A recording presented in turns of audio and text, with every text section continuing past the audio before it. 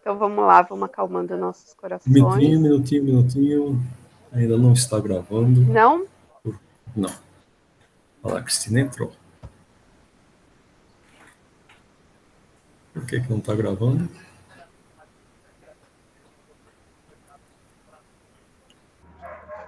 Boa noite, Cristina.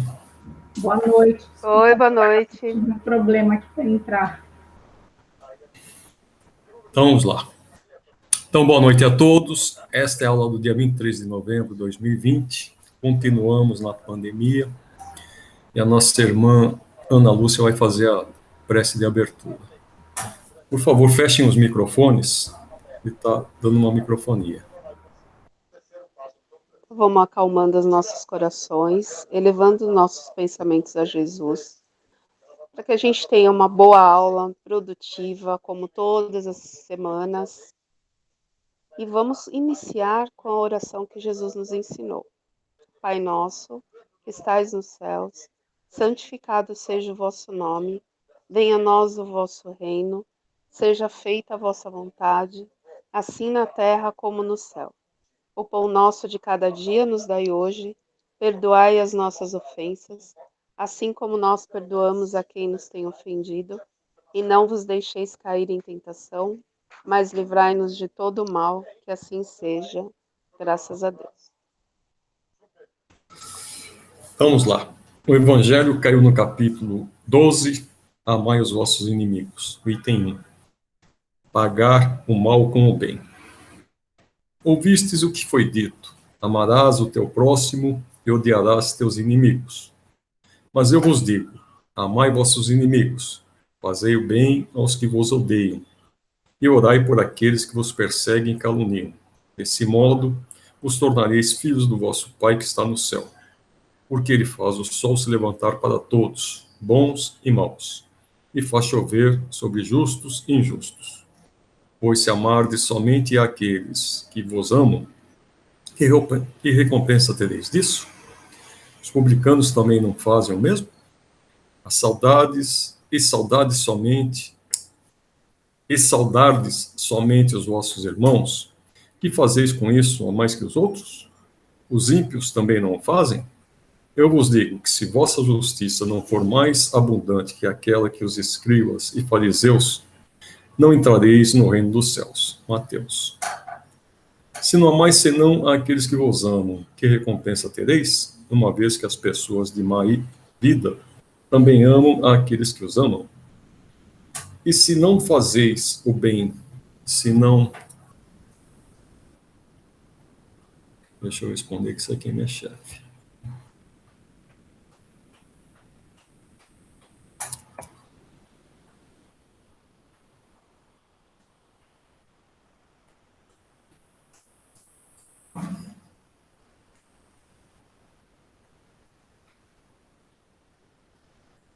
E se não fazeis o bem, senão aqueles que o fazem a vós, que recompensa tereis, uma vez que as pessoas de má vida fazem a mesma coisa? Se não emprestais, senão aqueles a quem esperais receber a mesma graça, que recompensa tereis com isso? Uma vez que as pessoas de má vida se emprestam mutuamente para receber a mesma vantagem? Mas para vós digo, amai vossos inimigos, fazei o bem a todos, emprestai sem esperar nada de volta. Então vossa recompensa será muito grande, e sereis os filhos do Altíssimo, porque ele é bom aos ingratos, e mesmo aos maus. Sede, pois, repletos de misericórdia, como vosso Deus o é. Lucas. Se o amor ao próximo é o princípio da caridade, amar os seus inimigos é sua aplicação sublime, pois essa virtude é uma das maiores vitórias sobre egoísmo e orgulho. Entretanto, engana-se muitas vezes a respeito do sentido da palavra amar nessa circunstância. Jesus não entendia por essa palavra que se deve ter para com o inimigo a ternura que se tem para com o irmão ou amigo. Ternura pressupõe confiança. Ora, não se pode ter confiança em quem sabemos querer-nos mal. Não se pode ter com ele efusão de amizade, por sabê-lo capaz de abusar disso. Entre pessoas que desconfiam uma das outras, não poderia haver os arrebatamentos de simpatia que existem entre os que estão em comunhão de pensamento. Enfim, não se pode ter o mesmo prazer encontrando-se com um amigo do que com um inimigo. Esse sentimento, inclusive, resulta de uma lei física, a da assimilação e rejeição dos fluidos. O pensamento malévolo emite uma corrente fluídica que provoca uma impressão. O pensamento benevolente nos envolve em um agradável eflúvio. Daí a diferença das sensações que se experimenta com a aproximação de um amigo e de um inimigo. Amar a seus inimigos não pode significar, pois, e não se deve fazer nenhuma diferença entre eles e os amigos. Esse preceito só parece difícil e até impossível de se praticar, porque se acredita, falsamente, que ele recomenda dar-lhes o mesmo espaço no coração. Se a pobreza das línguas humanas obriga que se sirva da mesma palavra para exprimir diversas nuances de sentimentos, é a razão que deve, em tais casos, determinar a diferença. Amar a seus inimigos não é, portanto, ter por eles uma afeição que não é natural, pois o contato com o inimigo faz o coração bater de uma forma bem diferente do que com um amigo. Amar os inimigos é não ter contra eles nem ódio, nem rancor, nem desejo de vingança. É perdoar-lhes sem segundas intenções e incondicionalmente o mal que nos fazem. É não opor nenhum obstáculo à reconciliação. É desejar-lhes o bem em lugar de desejar-lhes o mal. É se alegrar em vez de se afligir com o bem que lhes acontece. É estender-lhes mão segura em caso de necessidade. É abster-se em palavras e ações de tudo que pode prejudicá-los. Enfim, é devolver-lhes sempre ao mal o bem, sem intenção de humilhá-los. Qualquer um que faça isso cumpre as condições do mandamento. Amai vossos inimigos. Então aí está, né? Vamos procurar principalmente essa última parte. Se a gente tem algum inimigo ou alguém que não nos queira bem, vamos orar por eles e vamos pretender que eles se saiam bem, para inclusive esquecerem a gente, né? Principalmente isso, né? Esquecer a gente. Sim. Então, vamos lá. Hoje o nosso tema começa com ideias inatas. Vocês já tiveram alguma ideia inata?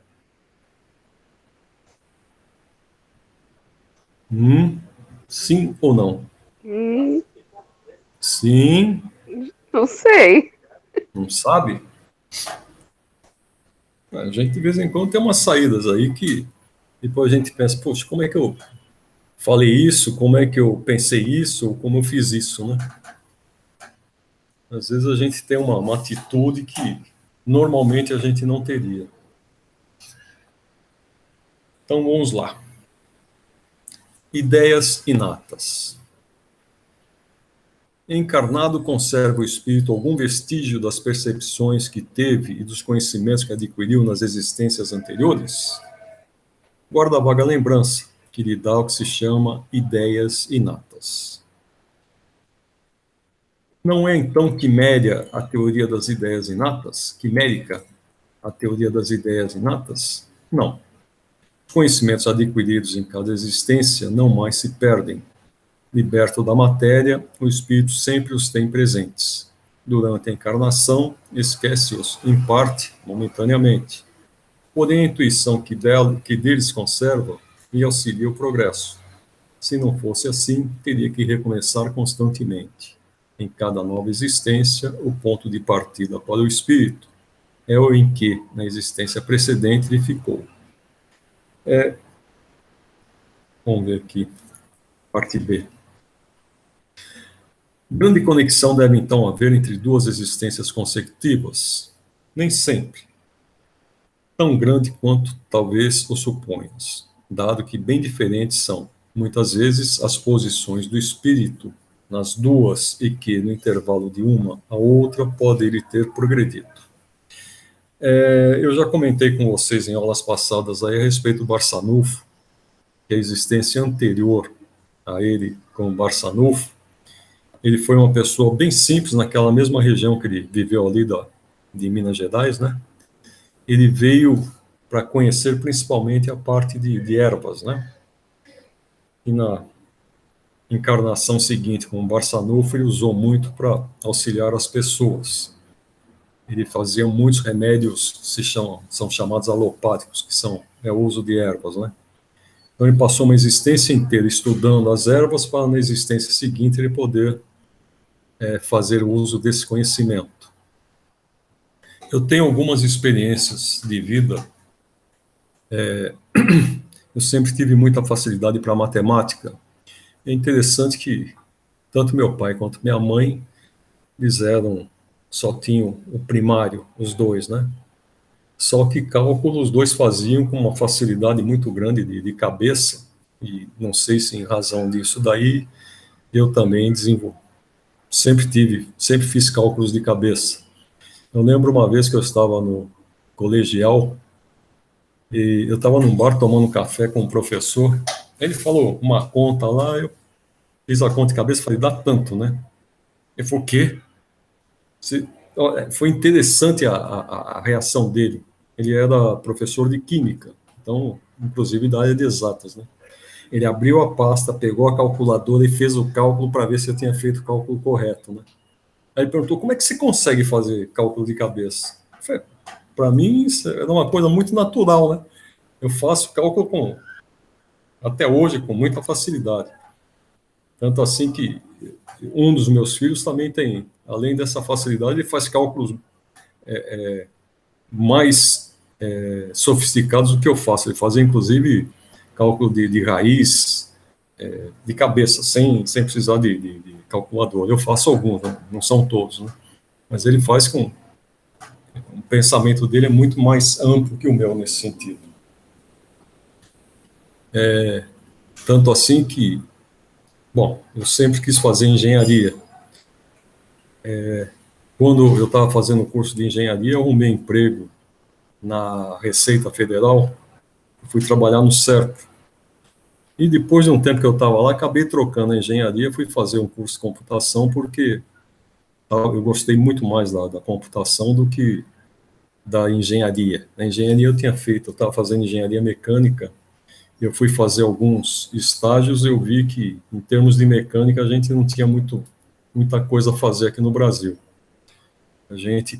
O que vinha de fora, que o pessoal, a maioria, queria mecânica automobilística, né? As outras mecânicas, a gente ia trabalhar aqui simplesmente como montador de máquina.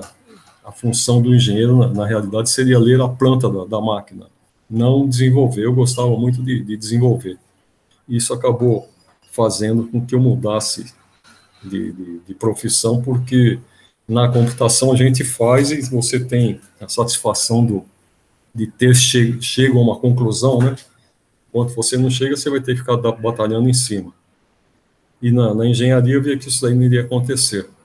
E também tive muita facilidade na computação. Então, eu acredito que em outras existências eu já tenha trabalhado muito na parte da matemática e que já tivesse, inclusive, algum conhecimento prévio da própria computação antes de reencarnar aqui, se bem que a computação é uma ciência muito nova, né? Mas talvez lá no mundo espiritual a coisa já venha rolando há algum tempo. Seja bem mais avançado. Né? Talvez eu tenha feito um estágio lá. Vai saber, né? Hoje em dia, a computação mudou muito. Hoje tem trocentas mil profissões, né? Na minha época, ou era analista, ou era programador, ou era operador de computador. Eu fui os três. Então, hoje não. Hoje tem muita coisa. Tanto assim que eu estou, inclusive, fora do mercado, porque o que eu fazia hoje em dia, mais ninguém faz, porque as coisas já são todas automatizadas. Então, vamos lá. 219. Qual a origem das faculdades extraordinárias dos indivíduos que, sem estudo prévio, parecem ter a intuição de certos conhecimentos, das línguas, do cálculo, etc.? Lembrança do passado, progresso anterior da alma, mas de que ela não tem consciência. De onde queres que venham tais conhecimentos? O corpo muda, o espírito, porém, não muda, embora troque de roupagem. Isso aqui é interessante. Quando eu fiz estágio quando eu fazia engenharia mecânica, eu fiz alguns estágios e eu tive contato com alguns torneios mecânicos, com o pessoal que trabalhava nessa parte mecânica, né, estamparia. Eles não tinham praticamente estudo, eles eram analfabetos, mas eles tinham um conhecimento ali, tanto de cálculo, no caso do engenheiro, do torneiro mecânico, quanto de física, esse senhor que trabalhava com estamparia, que era coisa impressionante, coisa que foi preciso muito estudo para se chegar, muita teoria para se chegar àquele conhecimento que ele tinha ali de fazer na prática, né? Eu trabalhei com um senhor, se bem que esse senhor ele tinha formação numa indústria que fazia material para calçado e fazia também esses rebites, né? Para fazer um rebite que veio dos Estados Unidos, eram preciso 9 estágios, né? Para cortar, depois começar a moldar até chegar na fase final.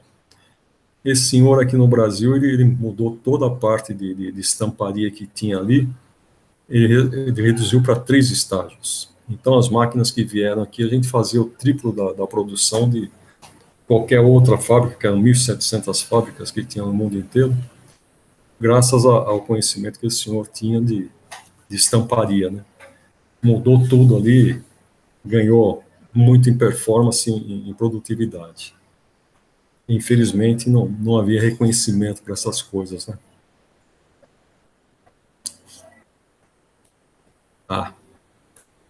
Depois eu ponho. Pode o espírito, mudando de corpo, perder algumas faculdades intelectuais, deixar de ter, por exemplo, o gosto das artes? Sim, desde que conspurcou a sua inteligência ou a utilizou mal. Ademais, uma faculdade qualquer pode permanecer adormecida durante uma existência por querer o espírito exercitar outra, que nenhuma relação tem com aquela. Esta então fica em estado latente para reaparecer mais tarde. Eu passei um texto uma vez para vocês falando do espírito de von Humboldt. Ele foi contemporâneo de Kardec, fazia parte inclusive da Associação de Ciências da França. E logo após a morte dele, o Kardec faz uma evocação e ele está falando a respeito disso. Ele havia vindo de um planeta. Não é planeta porque o planeta ele tem que circular uma estrela, né? No caso, ele morava num local, num planetóide, vamos chamar assim, que ele não circulava uma estrela, então ele deve estar perdido. Há poucos dias a ciência, a UOL, aqui mostrou que tinha um planeta perdido também, que não circulava estrela, que eles acharam passando do lado ele estava recebendo a luz do Sol, por isso que eles conseguiram detectá-lo, né? É um planeta, eles falam que é um planeta perdido. E é interessante que ele fala que nesse mundo os espíritos que ali viviam eram muito mais adiantados que aqui na Terra, e que ele veio para a Terra com uma missão, que era justamente passar alguma parte da ciência. E quando chegou aqui, ele resolveu estudar astronomia, que era uma coisa que naquele local onde ele vivia não existia, porque como o planeta não circula a estrela, a astronomia não era tão desenvolvida quanto aqui. Então, uma coisa que ele aprendeu aqui foi essa parte de astronomia. Compensação, ele deixou outras de botânica que ele já era o conhecimento que foi talvez a missão que ele tenha assumido para vir aqui passar esse conhecimento.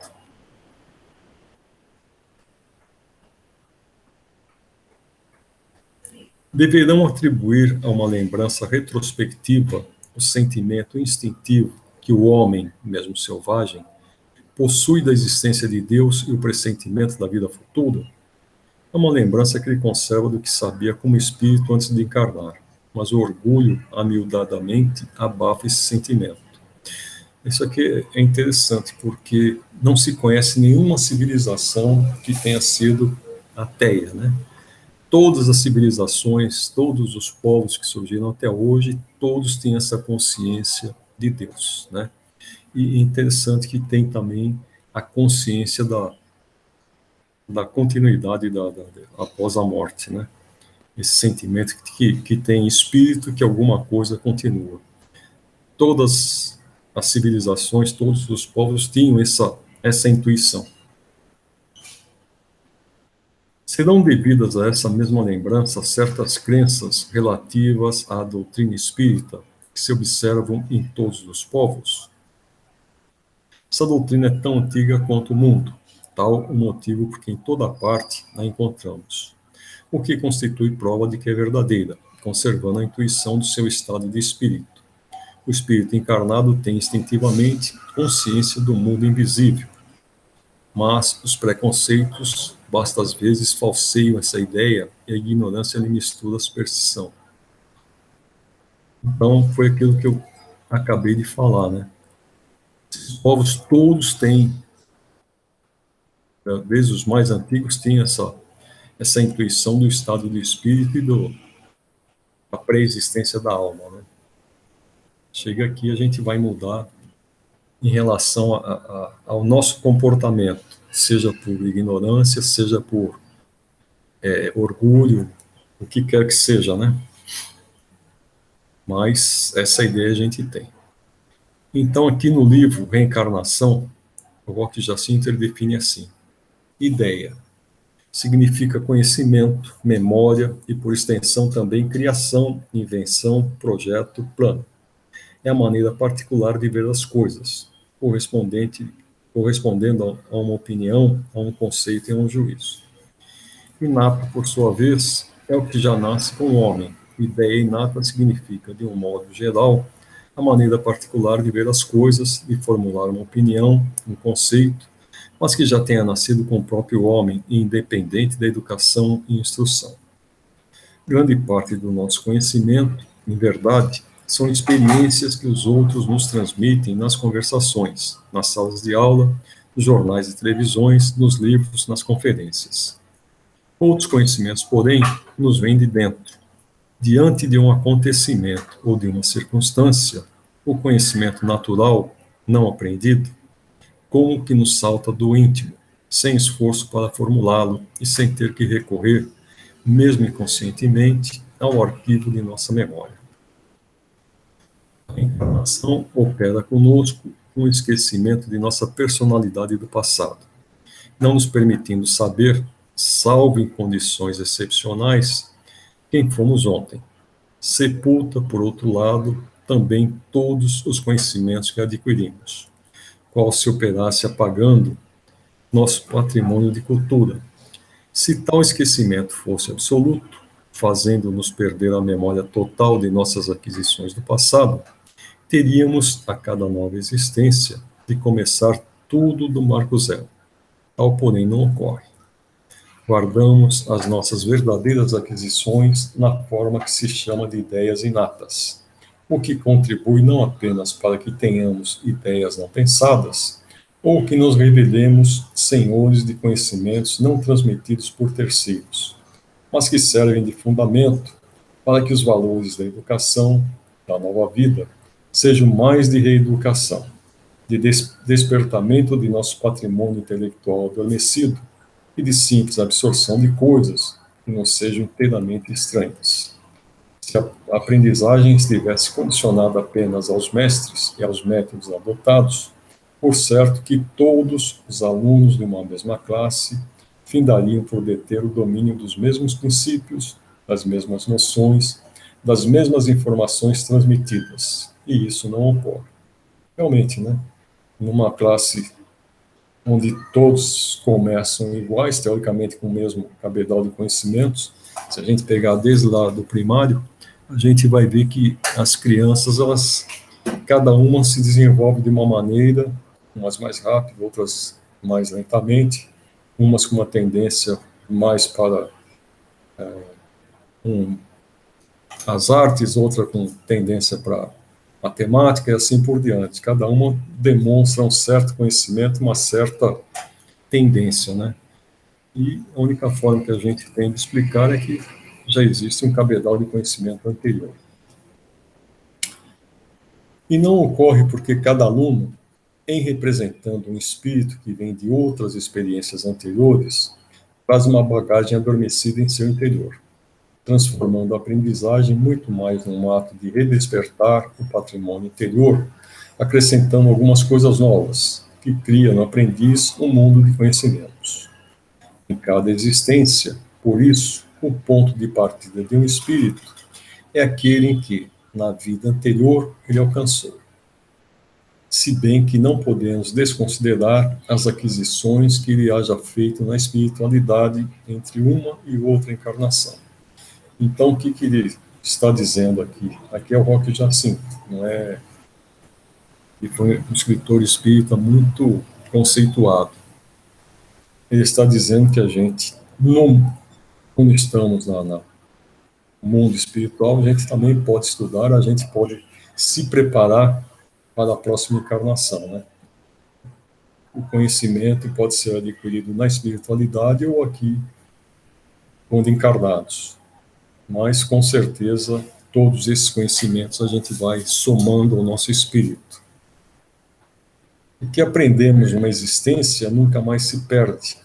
E esses conhecimentos, revelados antes e sem qualquer aprendizagem formal, como ocorre com os indivíduos que demonstram certos domínios de línguas, de cálculo, de engenharia, de medicina, de artes, decorrem de uma lembrança do passado, sem dela ter-se inteira consciência. Então, aqui também vale uma outra, um outro pensamento, né? A gente nunca deve parar de estudar. Eu, por exemplo, com as línguas latinas, eu tenho facilidade. Já o inglês, até hoje, eu tenho dificuldade. Eu não consigo ouvir o inglês, embora eu tenha trabalhado grande parte da minha vida usando a língua inglesa, a escrita inglesa, né? Eu consigo ler, mas eu não consigo ouvir. É interessante. Não... Eu viajo, minha mulher vai comigo, tem medo quando a gente vai visitar minha filha lá, tem medo, só que ela consegue ouvir muito melhor do que eu. O que ela fala, eu tenho que parar, eu já apelo se ele fala espanhol, se a gente trocar a língua, porque o inglês eu não consigo entender. É interessante isso. De onde emergem tais conhecimentos naturais? É do arquivo do próprio espírito. Ele saca de si mesmo, de seu inconsciente espiritual, de sua memória e experiências de vidas precedentes. Toda essa intuição para certos conhecimentos e realizações individuais. Algumas vezes, as suas aquisições do passado devem permanecer sepultadas mais profundamente, por querer o espírito exercitar-se em outros conhecimentos que ainda não adquiriu e que não tenham nenhuma relação com os anteriores. Aqui é um começar e não um recomeçar. Esbarrará com todas as dificuldades de um noviciado, de uma iniciação sem base anterior, visto que está buscando dilatar os seus próprios horizontes culturais, através de conhecimentos diferentes daqueles que são os de seu domínio. Não perderá, contudo, as suas aquisições anteriores. Elas permanecerão em estado latente e reaparecendo mais tarde. Nessa grande aventura de aprimorar o que já domina e incorporar noções e conhecimentos que lhe são estranhos aos gostos e pendores, é que se realiza a lei da evolução dos espíritos, na sua caminhada nos reinos primários, da natureza em direção sempre crescente para o mundo espiritual, de onde somos a essência e para onde regressaremos através de nossa plena realização. Então, o que vocês me dizem de experiências anteriores, de ideias inatas? Deixa eu ver a carinha de vocês. Eu tinha levantado a mãozinha aqui, ó. Você levantou a mão. Mas eu não vejo porque eu estou com... O que vocês estão vendo é que eu estou vendo também. Não, é que assim, pelo texto, agora eu associei uma coisa a outra. Eu não estava lembrando o que queria dizer inata. Aí, então, a gente sempre tem uma ideia inata, né? Mas... Agora experiência de outras vidas, assim, que eu me lembre, não. Eu vou te dizer uma coisa. Eu trabalhei muito tempo em grupos mediúnicos. Para vocês terem uma ideia, de 85 até 2010, foi sem parar. Foi direto e várias vezes por semana. Durante todo esse tempo, eu tive uma, duas, três, quatro pessoas. Olha, foram 35 anos, né? Eu tive, não, 35 não, 25 anos, que foi de 85 a 2010. Quatro pessoas que eu fiquei sabendo coisa do passado delas, que foi me explicado para que eu pudesse, na atividade do grupo, poder ajudar essas pessoas a se encontrarem. Poder ajudar essas pessoas a se aceitarem, né? Em algumas restrições, em algumas coisas, aceitar a própria condição de vida dela. Tinha uma lá que ela estava aguardando o amor da vida dela e esse amor não queria chegar porque ele não estava encarnado. Tá? Mas coisas desse tipo aí, mas foi, você vê, 2, 3 vezes por semana que a gente tinha grupo mediúnico, 4 pessoas apenas que eu fiquei sabendo, coisas que eu fiquei sabendo que eu não podia passar para elas, né? E uma que ela própria falou sobre essa condição dela, mas ela estava mediunizada. Não sei se ela lembrava que essa moça, ela tinha uma característica, ela era médium, ela fazia uma psicografia mecânica. Não sei se vocês já viram a psicografia mecânica. A psicografia é o seguinte: Não. a psicografia, a pessoa, às vezes, ela escuta e ela vai escrever o que ela está escutando, né? Outras vezes ela fica assim, meio sonâmbula, mas ela ainda lembra o que escreveu. No caso de mecânica, ela não sabe nada do que ela escreveu. Para vocês terem uma ideia, essa moça ela fazia 2 psicografias, cada uma com uma com a mão esquerda, outra com a mão direita, e ficava conversando com a gente. Ela não sabia nada do que ela tinha escrito. E ela ia escrevendo com as 2 mãos. Tá? A única pessoa que eu vi fazer isso foi ela. Escrevia com as 2 mãos, ficava conversando o tempo inteiro com a gente e não lembrava o que ela tinha escrito. Quando a gente ia ler, para ela também era novidade, porque era totalmente mecânica a ação dela. Isso daí foi interessante, porque ela teve uma desavença no centro que a gente frequentava, ela trocou de centro. Daí depois veio dizer, a sua mentora apareceu lá no outro centro. Eu falei, você está vendo? Para eles não tem briga, a gente briga, eles não. Para eles, todo lugar é válido. É sempre o fator humano, né? Todo lugar é válido, né? Então, ela foi lá, tudo bem, o trabalho é o mesmo, né?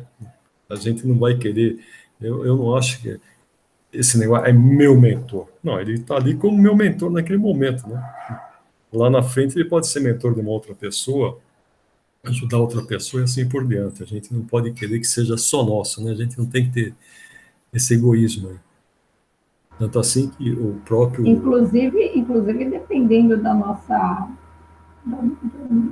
linha de pensamento, da nossa vibração, eles até se afastam, né? Sim. São chamados quando nós nos lembramos deles. O André Luiz, não sei se vocês sabem, mas teve na série do André Luiz, ele teve um livro que ele escreveu, metade foi através do Chico, a outra metade através do Valdo Vieira.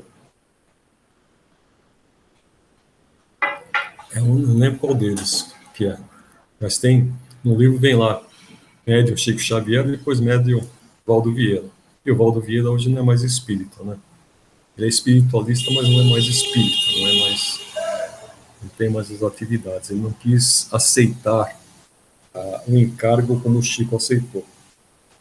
Não sei se vocês conhecem a história do Waldo. Ele foi com o Chico para Nova York. E aí, não sei o que ele arruma lá, ele saiu de Nova York, ele foi para o Japão e largou o Chico sozinho em Nova York. O Chico não falava inglês, não tinha dinheiro, né, e ficou morrendo de medo lá, e veio o Emmanuel e falou para ele: você não confia? Ó, coitado.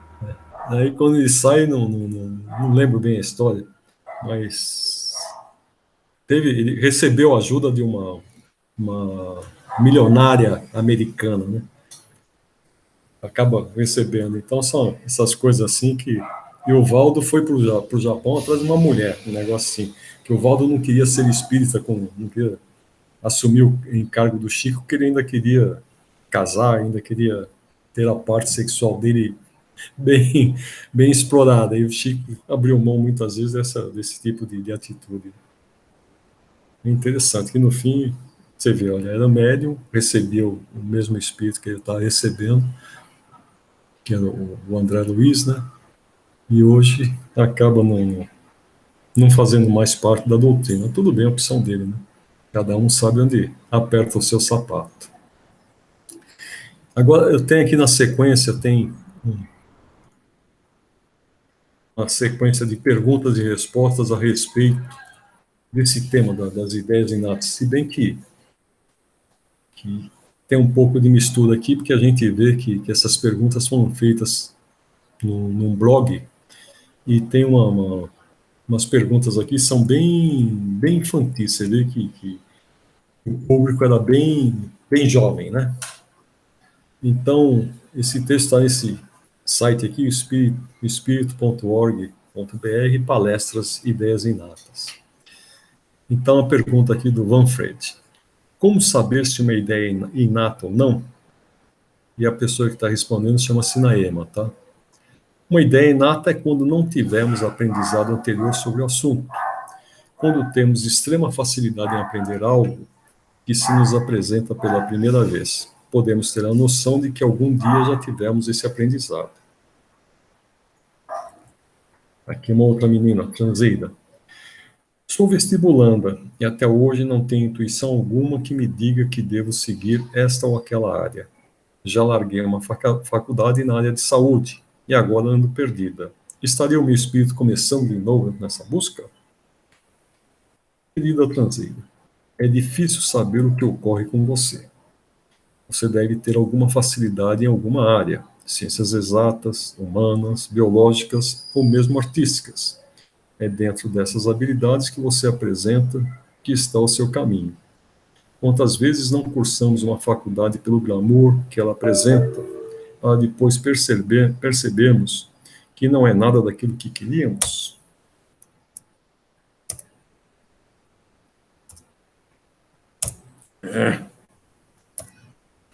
Você poderia também fazer uma orientação vocacional, que poderia dar uma sugestão a você. Eu tenho um filho que passou por esse problema. Eu acabei levando para fazer esse teste de orientação de vocação, o vocacional, né? Foi interessante, porque ele queria fugir da matemática, e no teste que ele fez, falou que ele tinha raciocínio matemático tal, que até se ele quisesse fazer um curso de engenharia, que seria possível. Bom, no fim ele fugiu, acabou fazendo farmácia. Aí depois Porque farmácia você tem que calcular, né? Sim, não, tem. Os miligramas. Ele não queria fazer, mas não, tem outros cálculos que você, quando vai fazer a reação. Esse é só o basicão, né? Na reação química você tem que fazer cálculos também, de calor, um monte de coisa. Mas ele tinha coisa que ele não queria fazer. Ele fugia, o outro, meu filho do meio já estava fazendo engenharia, e ele não queria fazer engenharia, que esse outro que eu falei para vocês, que faz cálculo de raiz, etc., de cabeça. Bom, fugiu. Fez o curso de farmácia. Quando ele se formou, foi fazer doutorado. Aí ele encontrou a matemática, porque ele tem que fazer física, ele tem que fazer cálculo, ele tem que fazer uma série de coisas que ele está querendo fugir. Se bem que na faculdade de farmácia ele tinha cálculo também, né? Mas aí quando ele foi fazer, é interessante que ele pegou e passou para mim, olha aqui, pai, foi, tá vendo? Você quis fugir e ele te encontrou, né? Eu, como dava aula de cálculo, de aula no cursinho de matemática, eu falava para ele, não adianta você fugir, você faz cálculo direto, né? Essas pessoas que falam, eu não sei calcular, sabe sim. Quando eu pego os alunos, eu falo para eles, escuta, que hora que você saiu da sua casa? Ah, tá, por que você saiu essa hora? Ah, para dar tempo de chegar aqui. Bom, então você fez um cálculo, né? A pessoa não se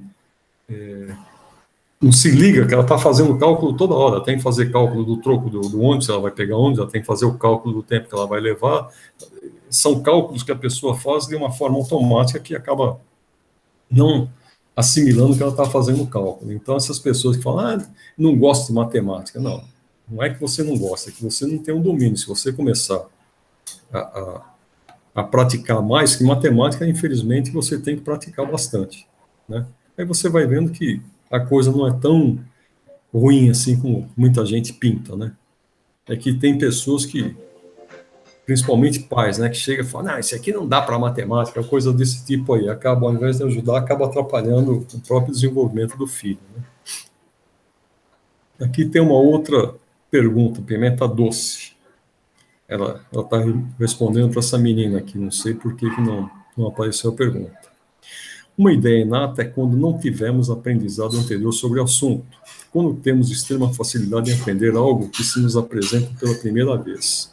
Agora, bom, que a menina deve ter copiado o que ela tinha respondido. Naema, enquanto você falava, eu me lembrei de que no Evangelho segundo o Espiritismo, há uma passagem que fala daquelas pessoas que, muito jovens, já assimilam a doutrina espírita nas suas menores nuances, com muita facilidade. Isso também é um processo de ideia inata? Sim, hoje mesmo podemos ver esses pendores. Quantos que se iniciam na doutrina espírita têm extrema dificuldade de aprender a interpretar textos, e outros que, com apenas uma lida, já têm uma noção exata do seu conteúdo. Podemos considerar que estão relembrando aprendizados, e que agora vão assumir seus compromissos de continuidade de aprendizagem, ou até mesmo de aplicação daquilo que aprenderam apenas na teoria. Vamos em frente. Eu nunca havia tido contato com nada relacionado ao espiritismo antes. Porém, usava termos, palavras, ideias, mesmo muito coincidentes com o que é abordado ali. Para mim é muito estranho. Começou por acaso, faz pouco tempo, com a mudança do emprego. Aí ela pergunta para ele, o que você acha disso, né? Acho que ele não respondeu. Não. Assim, ele não respondeu, ela continuou. Manfredi, gostaria de dizer, em primeiro lugar, que na doutrina espírita não acreditamos no acaso. Tudo acontece quando estamos prontos e preparados para enfrentar. Por isso, esse seu contato não começou por acaso, assim quando você estava pronto para aceitar os ensinamentos, que de uma forma ou de outra você já tinha conhecimentos prévios. O Livro dos Espíritos nos diz, na questão 221, é essa mesma lembrança que se deve em certas crenças relativas à doutrina espírita, e que se registram em todos os povos. Essa doutrina é tão antiga quanto o mundo, por isso encontramos-la por toda parte, sendo uma prova de que é verdadeira. O espírito encarnado, conservando a intuição de seu estado como espírito, tem consciência instintiva do mundo invisível. Porém, muitas vezes, os preconceitos falseiam essa ideia e a ignorância a mistura com superstição. Aí volta a menina Altanzeira. Se não acreditamos no acaso, é porque todas essas ideias estão pré-determinadas? Pelo contrário, amiga, somos construtores de nosso destino.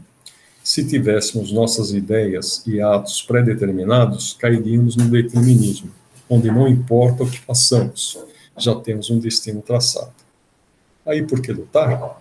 Já está tudo pronto para nós. Se, pelo contrário, somos construtores do nosso destino, podemos... Dá licença, eu vou entender.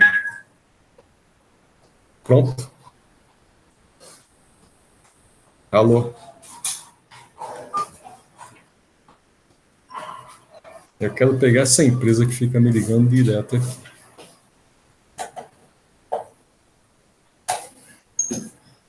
Então vamos seguir aqui. Já está tudo pronto para nós, que é o determinismo, né? Se pelo contrário somos construtores do nosso destino, podemos atenuar até os sofrimentos que havíamos escolhido para nós. Podemos ver vários caminhos à nossa frente, mas só escolheremos aquele que estamos prontos para seguir. Os sinais estão ao nosso redor, mas muitas vezes não temos olhos de ver nem ouvidos de ouvir. Por isso digo que não é acaso, é só uma questão de estarmos atentos e prontos para enxergar. Vocês acreditam em destino? Isso é uma pergunta. Sim. Sim? Quem que acredita? Eu acredito, sim. Eu acredito que a gente já vem com uma... Bom, até no Espiritismo é falado isso. A gente vem com uma meta a cumprir. O caminho que a gente segue vai do nosso livre-arbítrio. Pode ser pelo caminho mais fácil ou pelo mais difícil. Mas eu creio que a gente tem um fim pré-determinado. Não acredita também ou não? Eu acredito também, Dirceu, que a gente já tem uma... como que se fala? Já tem, assim, uma meta a cumprir. O caminho que você vai seguir para cumprir essa meta que é o X da questão, né? Por isso a questão de estacionar ou evoluir, né? Que aqui é uma escola, a gente tem que seguir, cumprir aquilo que nós nos comprometemos, e se a gente não fizer, a gente volta para fazer de novo. Sim. E a Lucimeire? Sim, também. Também? Eu acredito nisso. A gente sabe os erros passados que nós tivemos, né? E a gente escolhe provas para passar aqui na nossa encarnação. Necessariamente a gente não tem que passar por elas. Então não existe o determinismo como ela estava falando ali, né? A gente faz as escolhas. E o que eu percebia, né, na lide mediúnica foi o seguinte: alguns espíritos que erraram várias vezes, quando eles têm a oportunidade de escolher, eles querem queimar muitas etapas ao mesmo tempo. Então eles escolhem, ao invés de meia dúzia, eles escolhem 60, né? Quando chega aqui, se tiver a meia dúzia aí, já está reclamando da vida, que Deus não ajuda, que Deus não sei o quê, que Deus não sei o que lá. Né? Não tem aquelas pessoas que querem muito, mas chega aqui e faz pouco. E quando acaba desencarnando, continua reclamando que não foi feliz, que isso e aquilo, até ter a consciência de que foi ele mesmo quem escolheu tudo isso daí, que escolheu muito mais, que não passou por isso daí. Mas eu acho que a gente não tem uma linha reta. A gente tem uma avenida, que a gente pode ir tangenciando de um lado, do outro, né? Se a gente sair fora dessa linha, aí pode mudar, a gente pode ter as consequências dos nossos atos, né? Então, se a gente se mantiver dentro dessa avenida, a gente, o bem ou o mal, ainda está seguindo numa direção ascendente. Né? Na hora que a gente extravasa a linha aí... Pode falar? Sim. Quando eu falei que eu acredito em destino e que a gente depende daquilo que a gente escolhe, o caminho que a gente escolhe para seguir, você vê que muitas vezes a vida nos leva também. A vida nos escolhe? Não. Eu quero dizer assim, a gente pensa que vai fazer uma coisa, mas há tantos acontecimentos que fazem com que a gente siga por uma linha completamente diferente. Nossa. Então, eu já li também em livros espíritas que falam que a vida se encarrega de nos colocar no caminho certo. E no lugar certo, né? No lugar certo, na hora Inclusive, certa. eu também acho que a vida põe pessoas certas no teu caminho. Sim. As pessoas que você tem que conhecer. Aqui em casa, meus filhos, quando eles começam a reclamar, mãe, porque não sei o quê, porque não sei o que lá, ó, vamos parar, tá? Você que escolheu a família, não fui eu. Para na Eu hora. só aceitei, eu só Só aceitei. aceitei.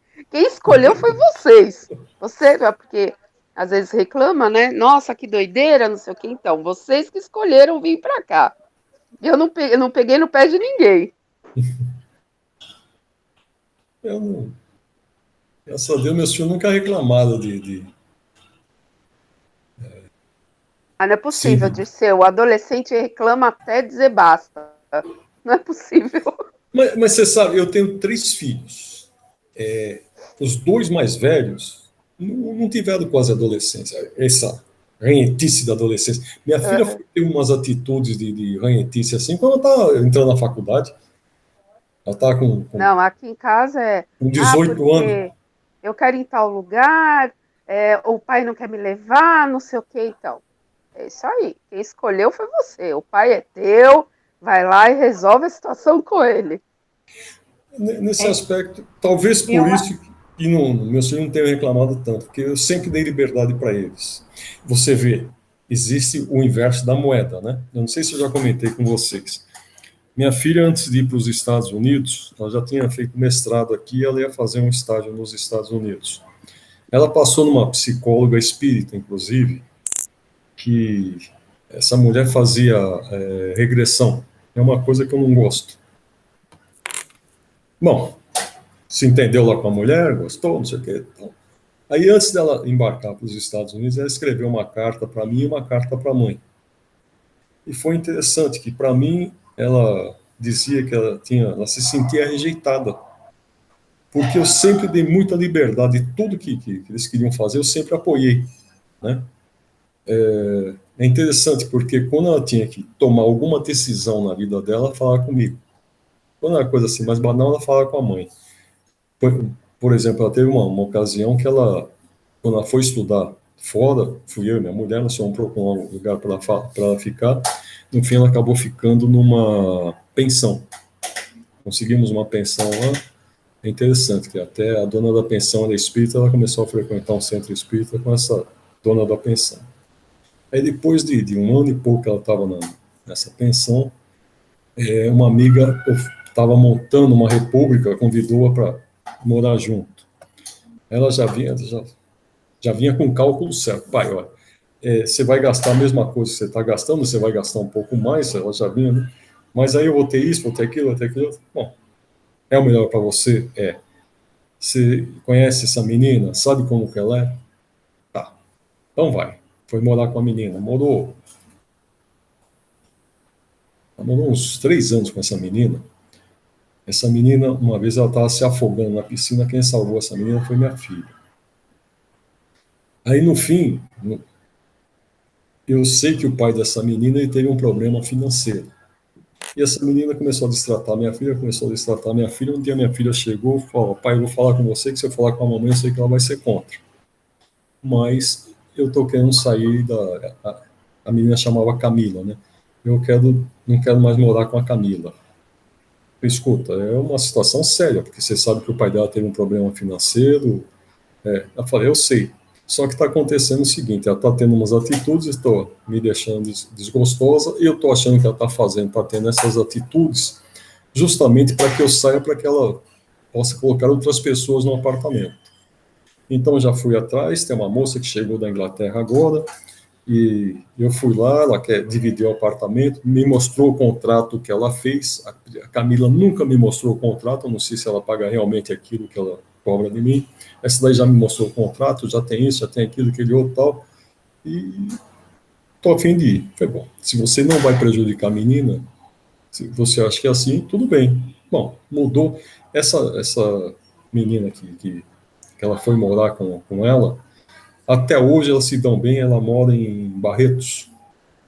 Até hoje, liga uma para outra, tem contato, ela vem aqui, ela vai para Ribeirão Preto visitar uma amiga dela que é médica lá, vai para Barretos visitar essa amiga que mora junto, vai para Birigui visitar outra, ela chega aqui para pegar a agenda dela, que cada dia ela vai visitando ou alguém da família ou algum amigo dela, ela fica 30 dias aqui, a gente vê ela 2, 3 dias, porque o resto é vendo toda essa turma dela.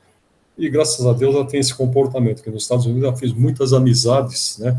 Lá sozinha, com esse comportamento dela, tem amizades que são como se fossem irmãs dela, lá que ajudam muito ela. Mas é interessante, ela escreveu dizendo que ela se sentia rejeitada justamente pelo meu comportamento, porque se ela falava que ia dormir na casa de uma amiga, eu permitia. Se falava que ia não sei onde, eu nunca tive restrição. Eu sempre falava, você sabe o que você tem que fazer o melhor para você, né? Quando ela foi sair de casa, eu a chamei e falei, olha, a partir de hoje, você não tem mais a família como suporte para você. As pessoas vão se aproximar de você e elas vão querer alguma coisa. Ou é seu corpo, ou é seu conhecimento, ou é seu dinheiro, ou é alguma coisa que você tem. Alguma coisa elas vão querer troca, né? Então, saiba organizar a sua vida, né? Saiba que na família o comportamento é um, fora da família o comportamento é outro. E, graças a Deus, ela nunca teve problema. Inclusive, quando foi para os Estados Unidos, ela falava que o americano ele tem uma falsa moral, né? Que, teoricamente, tudo não pode. Primeiro baile que ela foi lá, todo mundo queria ficar encoxando ela, não sei o quê. Ela falou, pô, eu tinha que dançar colado na parede, porque senão os caras vinham lá e queriam me agarrar. E depois me falar que o americano, né? Ela sempre fez uma crítica em relação a esse comportamento dos americanos. Os americanos. A falsa moral. Mas será que não é, depende do lugar? Não. Não é, não. Ela já morou em muitos lugares lá, tá? Ela morou em Nebraska, ela morou na Carolina, ela morou em Nova York, ela morou em Long Island, agora ela mora em New Jersey, tá? Você tem influência do local, mas o comportamento americano em si, ele tem esse comportamento, né? Diante da igreja, diante não sei o que, eu sou bonitinho. Na hora que não tem ninguém olhando, eu sou o diabinho. Entendeu? Tem a hipocrisia, né? Tem muito esse comportamento.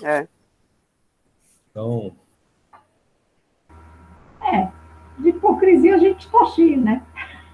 Sim. Não é só lá, aqui também tem, né? Nossa, e como? Você mesmo está falando muito, hein? Você fica em pé assistindo aula? Pois é, às vezes eu fico pensando se a gente não fala muito e não deixa ela falar. Então vamos seguir aqui.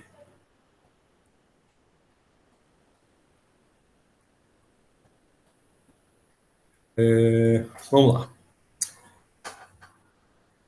O Vanfred. Obrigado. Eu gostaria de saber por que tenho tanta resistência em aceitar muitas coisas da doutrina espírita, como, por exemplo, a reencarnação. O nada é por acaso, predestinação, etc. Aí a resposta. Temos resistência a aceitar todas as novidades que se apresentam para nós. Nesse ponto, somos conservadores e, principalmente, temos resistência a aceitar o conhecimento que nos remete toda a responsabilidade dos atos que praticamos. Através da doutrina espírita, sabemos que, pela causa e efeito, temos explicação para tudo que nos ocorre. Mas como é difícil proceder à reforma íntima. Não podemos mais ser perdoados pelos erros através apenas do arrependimento. Precisamos resgatar esses erros através do amor ou da dor. E são poucos que fazem o caminho do amor. Quando tivermos essa consciência, tudo será mais fácil. Se aprofundar nos estudos e entender exatamente o que significam os termos, aí poderá aceitar, pois a fé cega não nos convence. Então, isso daí tá faltando um monte de ponto aqui nesse texto que eu já vi. Eu acho que, na realidade, a gente tem meio que medo do desconhecido, né? Não entendi. Eu acho que a gente, às vezes, tem medo do desconhecido. Ah, sim, eu, às vezes não sei Então, também.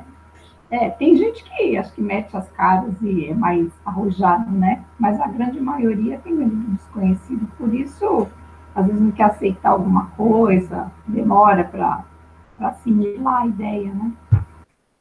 Tem um ditado que fala que ninguém quer sair da zona de conforto, né? Se você está acostumado com uma situação, você acaba não querendo sair, às vezes pode ser até uma situação melhor, mas você não quer sair porque essa aqui você já conhece, a outra é desconhecida, né? Tem uma historinha, não lembro muito bem, de um cachorro que está gemendo, né? Aí a pessoa chega, o cachorro está gemendo, aí ele pergunta para o dono do cachorro, o que ele tem? É que ele está sentado em cima de um prego, né? Aí por que não sai? Não sei, a responsabilidade é dele, né? Então, ele está ali na zona de conforto, o prego ele conhece, o resto é desconhecido. E tem muita gente, e às vezes a gente age dessa maneira, né? O medo do desconhecido, a gente acaba não tendo algumas oportunidades aí por preferir a zona de conforto, né? Ninguém quer sair do seu conhecimento ali, da sua zona de conforto. Mas Isso é verdade. Tem tudo é muita mudança, gente né? assim. E às vezes a pessoa perde a oportunidade muito boa por ter esse medo. A minha irmã, ela trabalhou com um médico em São Paulo, e esse médico gostava dela. Ela já, na época, era separada do marido. Ela tinha 2 filhas. Ele foi para Rondônia e queria que ela fosse junto, tal. Ela acabou ficando com medo, não foi. Esse médico foi para lá, ele acabou montando um hospital e ele já é falecido. Ele acabou montando um hospital em Rondônia. Não era na capital, era em Vilhena, é a primeira cidade saindo de Mato Grosso mas ele se deu muito bem. Mas, por exemplo, se ela tivesse ido para lá, para que que o médico fosse para lá, eles davam um pedaço de terra para a pessoa, tinha uma série de coisas que ela também ganharia se ela fosse para lá, né? Você deixou de ser fazendeira por não ter ido para lá. Você podia ter ido, se não gostasse, pelo menos você tinha fazenda, né? E aqui ficou numa situação bem pelo medo dela, né? É uma pessoa, né, muito ativa, depois que teve as filhas, ficou super medrosa. É interessante essa reação dela. Essa questão da zona de conforto que eu falei é um quadro também, porque muitas vezes a gente fica naquela, e se? Ah, será que vai dar certo? E aí a gente acaba realmente perdendo oportunidades e acontece aquilo que a gente estava falando ali atrás, a gente estaciona, né? Sim. Minha mãe sempre falava, né? Quem não arrisca não petisca. E isso é uma realidade, né? Se você não arriscar, se você ficar com medo, você nunca vai saber se eu tivesse ido para lá, teria sido melhor ou não. Em toda a minha vida, eu me arrependo, eu perdi uma oportunidade de trabalhar na Volvo, em Curitiba, porque eu tive uma experiência muito, não foi por medo, na realidade foi uma experiência muito ruim que eu tive em Curitiba. Eu fui implantar um sistema na Perdigão, e deu um problema, eu tive que sair de Videira, que era a cidade da Perdigão, para ir para Curitiba. Eu cheguei em Curitiba, viajei à noite, cheguei em Curitiba, era 6h30 da manhã, por aí. E a filial da empresa ficava a 3 quadras da rodoviária.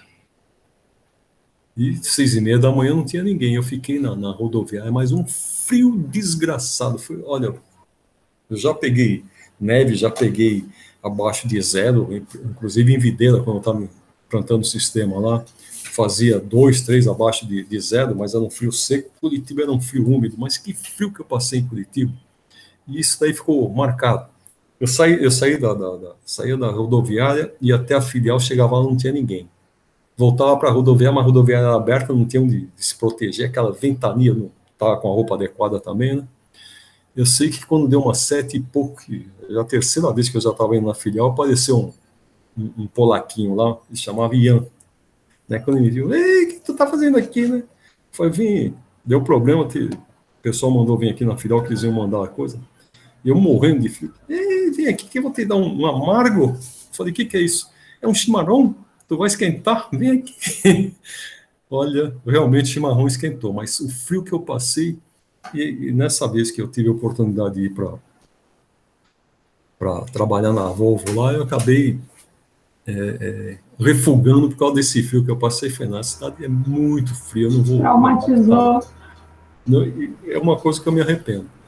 Eu lá no Rio Grande do Sul, na Serra Gaúcha, lá uma vez que eu fui também, estava abaixo de zero, deu até uma nevasca lá. Eu lembro até hoje que eu saí da firma, como que é? Fazolo, era um curtume. Eles têm cinto, tem várias coisas de couro que esse Fazolo fazia. Eu saí desse Fazolo, quando eu cheguei no hotel morrendo de frio, falei, me dá um café. Não, vou te dar uma graspa. O que é isso? Não, te dou um café com graspa, tu vai ver. Também foi a primeira vez que eu tomei graspa que esquenta pra danar, né? Aquele negócio O que é isso, graspa? Graspa é uma... Você conhece bagaceira? Sim. Sim. A graspa é a bagaceira destilada. Ah, tá. É forte. É um teor alcoólico muito alto. No Chile, Peru, aquela região ali, chamam de pisco. Nossa, meu sogro fazia bagaceira. Ela fazia bagaceira. Mas Pisco, se não me engano, é um nome Meu que Deus. tem de uma bebida em Portugal. Se eu não estou enganada. pisco. Se chama pisco. Não, pisco é dessa região ali dos espanhóis, que é essa base, a graspa do italiano, né? E o português ele chama de bagaceira, mas na realidade você tem que destilar. Não, tem uma bebida, uma amiga, ela vai passar umas temporadas em Portugal, agora não, mas ela passava sempre umas temporadas com a família em Portugal, e às vezes elas iam, fazem confusão com a ginja, que é um outro tipo de aguardente também. Eu tenho um licor que eu tomei de Portugal aqui, depois eu vou mostrar para vocês como é que chama o licor. Não sei se vocês conhecem. Já vi que tem gente que conhece. Não, mas deve ter um nome. Sim, é bom. Dependendo de como... Deixa eu ver se eu pego daqui.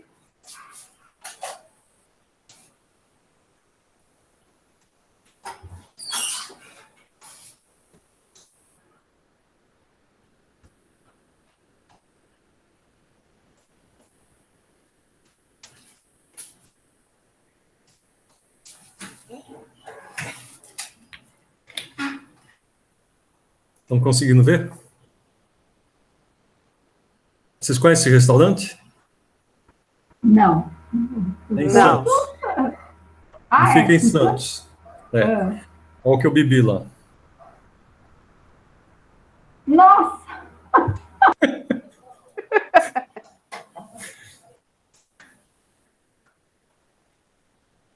A Lucimira acho que não viu. Conseguiu ver, Lu? Vi, sim. Mas espera aí, que negócio é esse? Você chega e tá lá na porta, de cor de merda. Mas é bom, viu? Tem uma história toda, é um barato isso daí. Bom saber, porque se eu me deparar com um negócio desse, eu não vou ficar com medo de experimentar. Você vai ver. Vamos ver aqui agora a sequência do nosso curso, é considerações sobre a pluralidade das existências, tá? A gente ainda tem 18 minutos. A morte e o luto são encarados de diferentes maneiras pela humanidade. Essa é uma discussão filosófica, científica e principalmente religiosa. É nesse contexto que muitas pessoas procuram saber o que é reencarnação. E a resposta para essa pergunta pode gerar uma longa discussão. A vida após a morte é um tema que gera muitas controvérsias, tanto para as pessoas que seguem alguma religião, como para aquelas que não seguem. A ciência não tem uma opinião formada sobre esse assunto, mas, por trabalhar com dados e evidências, a questão do pós-morte fica em aberto nas discussões. Ian Stevenson foi um psiquiatra e estudioso que dedicou cerca de 40 anos para pesquisar os fenômenos paranormais, entre eles a reencarnação. O próprio Stevenson admite uma lacuna em seus estudos. Eles não mostram como uma consciência sobrevive à morte física e ingressa em um novo corpo. Então, importante seria buscarmos nas religiões a resposta para esse fenômeno. Algumas têm visões opostas, outras semelhantes. Então, no Espiritismo, Allan Kardec foi autor, escritor e educador francês que codificou as obras básicas do Espiritismo.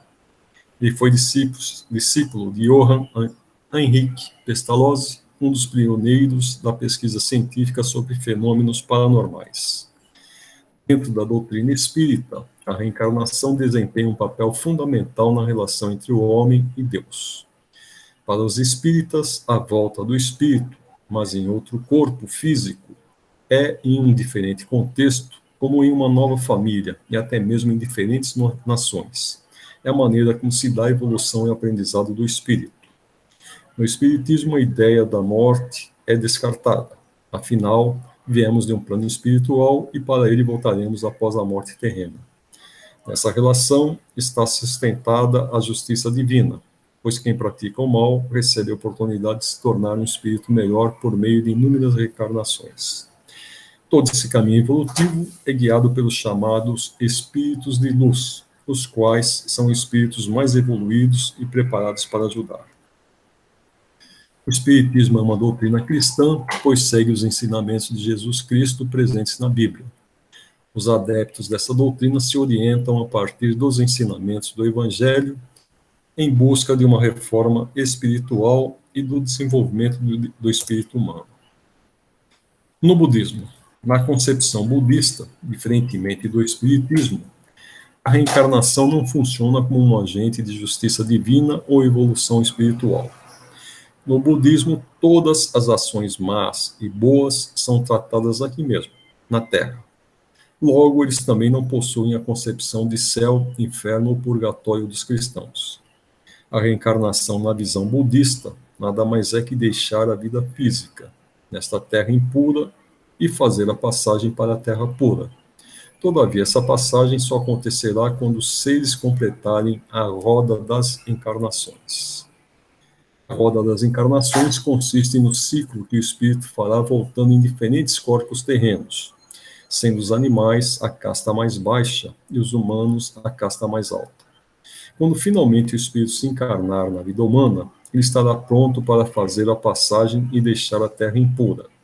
A passagem será guiada pelos seus entes queridos que partiram.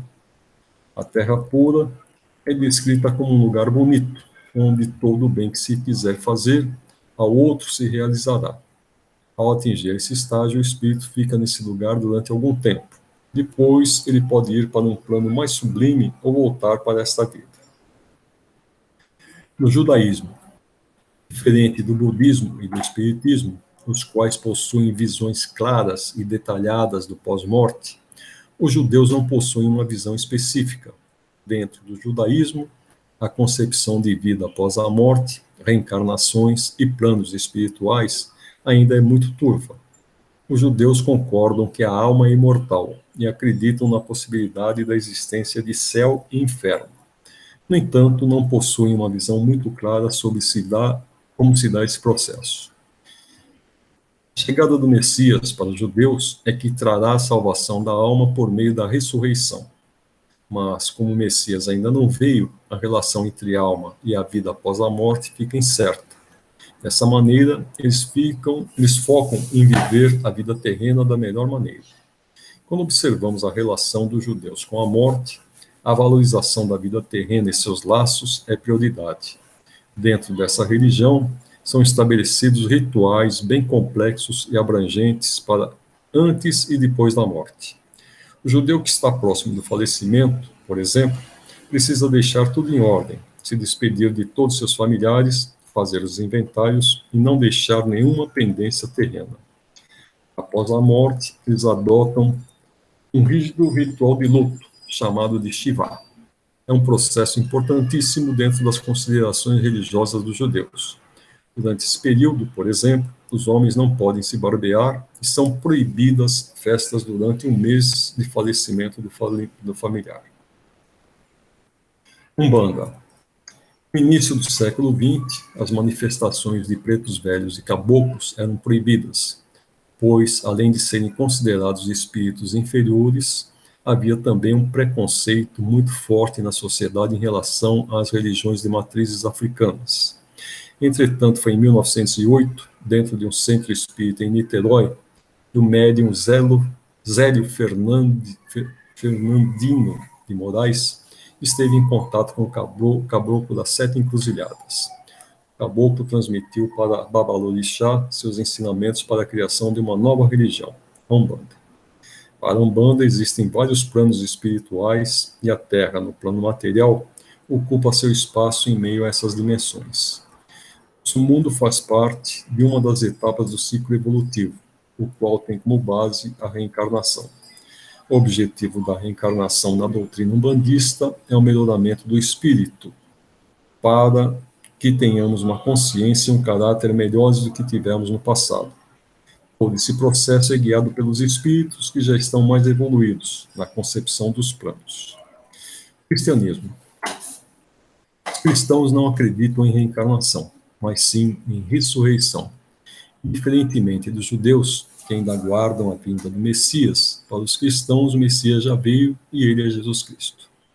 O cristianismo possui visões mais objetivas do pós-morte. Ao deixar o plano material, o homem não é mais submetido ao tempo e ao espaço. Dessa maneira, céu e inferno não são espaços geográficos e sim estados. O velório é um ritual de passagem, em que as pessoas têm a oportunidade de se despedir do ente que partiu. O céu é onde acontece a vivência plena de Deus, e o inferno retrata o distanciamento de Deus e do seu amor. O purgatório é onde o espírito tem a oportunidade de ser purificado de seus pecados. A determinação do local para onde a alma vai e como os pecados do ser humano serão julgados acontece no dia do juízo final. As boas almas ressuscitarão e viverão no paraíso. Já as ruins ficarão distantes do Criador. Superar a morte do ente querido nem sempre é um processo fácil. A religiosidade e a espiritualidade são importantes fatores que auxiliam muitas pessoas a ter uma experiência de reencontro. Nesse contexto, o respeito é, sem dúvida, um dos elementos fundamentais de caráter do homem. Por isso, a tolerância religiosa é um princípio básico para viver em sociedade. Entender que somos todos iguais, independente da religião ou credo, faz parte desse caminho de melhoramento de nosso caráter. Considerando tudo que apresentamos nesses textos, ao responder o que é reencarnação, um ponto de concordância é a evolução da humanidade e a nossa transformação em seres melhores. Notou como a reencarnação é diferente dependendo da religião? São muitas abordagens interessantes sobre o assunto. Será que dá tempo de ler esse outro texto aqui?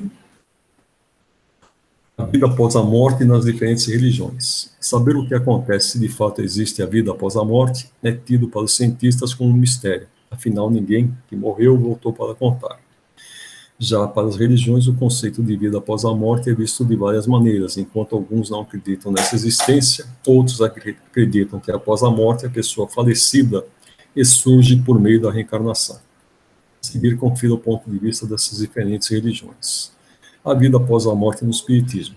Para os espíritas, a vida após a morte é apenas uma passagem para uma jornada que deve ser concluída pelo espírito, onde o mesmo passará por uma evolução até chegar na reencarnação. Quando o corpo físico morre, o espírito se torna consciente, vivo e liberto. Segundo a visão espírita, as pessoas consideradas boas, que fizeram muitas caridades, evoluem de forma fluida. Já as pessoas consideradas pecadoras passam a ter uma oportunidade de reparar seu erro por meio da reencarnação. A vida após a morte no islamismo. Para as pessoas que são adeptas do islamismo, a questão vida após a morte é parecida com o cristianismo em alguns pontos. Eles acreditam que quando o corpo, que é a matéria, morre, o espírito, que é a alma, poderá ter dois destinos, o céu ou o inferno. E quem decide se aquele espírito vai para o céu ou o inferno é Allah, de acordo com os atos realizados aqui na Terra. O islamismo possui uma lei extremamente rígida que para eles vale a pena ser seguida. Os praticantes do islamismo acreditam que após a morte, aqueles que foram fiéis a Allah irão desfrutar de vida eterna no paraíso, 80 mil servos a seu dispor, 72 virgens. Pelo amor de Deus, hein? Quer dizer que é só homem, porque mulher...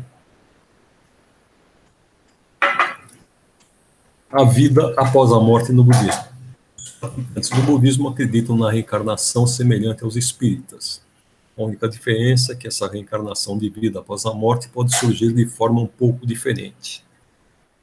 Para os budistas, a pessoa que teve uma má conduta em vida pode ter sua alma reencarnada em uma barata ou até mesmo em uma pulga. Já aqueles que tiveram boas obras podem reencarnar no corpo de um príncipe ou uma águia. Para eles, o ciclo da reencarnação permanece até o espírito se libertar do karma.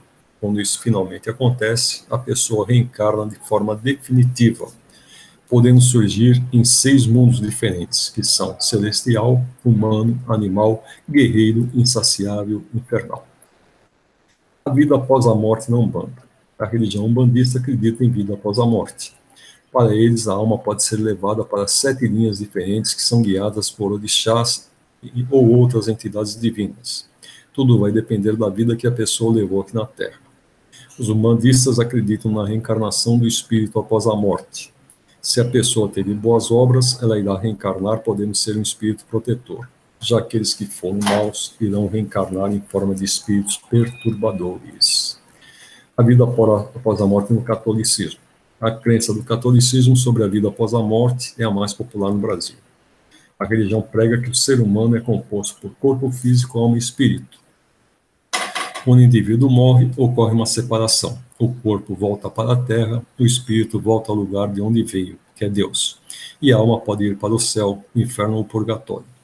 As pessoas que obedecerem os ensinamentos deixados por Jesus poderão usufruir do céu ou paraíso, lugar onde não há sofrimento ou dor.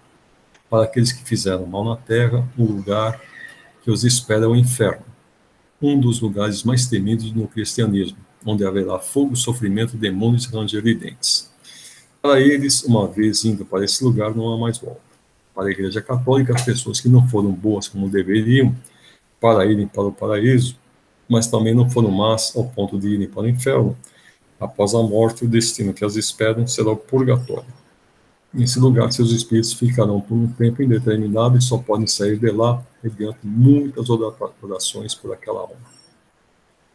A vida após a morte no judaísmo.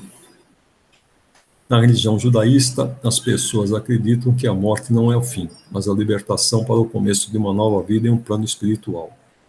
Os judeus acreditam que quando ocorre um óbito, acaba-se ali a matéria, mas a alma é deslocada para um outro mundo, onde tem a liberdade de voltar para a Terra e reencarnar em um outro membro da família para concluir sua missão na Terra. O protestantismo. Os seguidores do protestantismo não acreditam na reencarnação semelhante ao catolicismo. Eles acreditam que quando morre o corpo, que é a matéria, volta para a Terra, o espírito volta para Deus e a alma vai para o céu ou o inferno.